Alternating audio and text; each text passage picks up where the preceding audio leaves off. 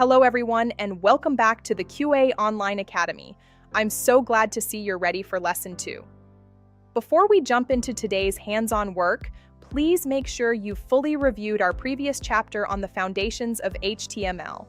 Today, we're moving from theory to practice as we explore HTML editors. We'll learn how to set up your environment so you can build and view your own web pages. It's going to be an exciting session, so let's get started.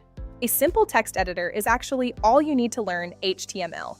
While you can use Notepad on a PC or TextEdit on a Mac, we believe using a professional editor like PyCharm is a fantastic way to learn because it helps you stay organized and highlights your code as you write. Setting up is easy. On a PC, you just open Notepad from your Start menu. On a Mac, use TextEdit, but remember to go into your preferences and choose plain text to make sure your HTML files save correctly without hidden formatting. Now let's write some HTML together. We start with our doctype declaration to define the document type, then wrap everything in our HTML and body tags. Inside, we'll add my first heading using the H1 tag and my first paragraph using the P tag.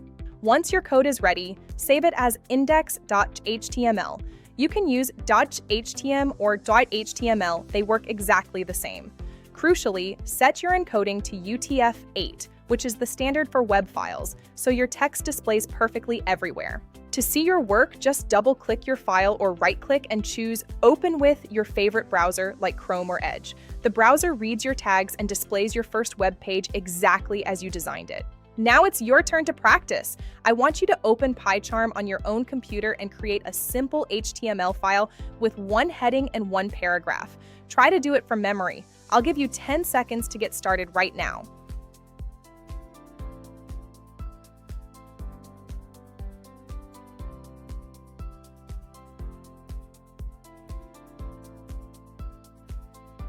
Time's up. Your code should look just like this, a clean structure with your heading and paragraph tags correctly nested inside the body. If you got it right, well done. That's it for Lesson 2. Please keep practicing at home and review the previous chapters whenever you need a refresher. Next time, we'll dive into HTML basics. Don't forget to subscribe to our channels and leave your feedback below. Visit our site for more resources. Happy coding, and I'll see you soon.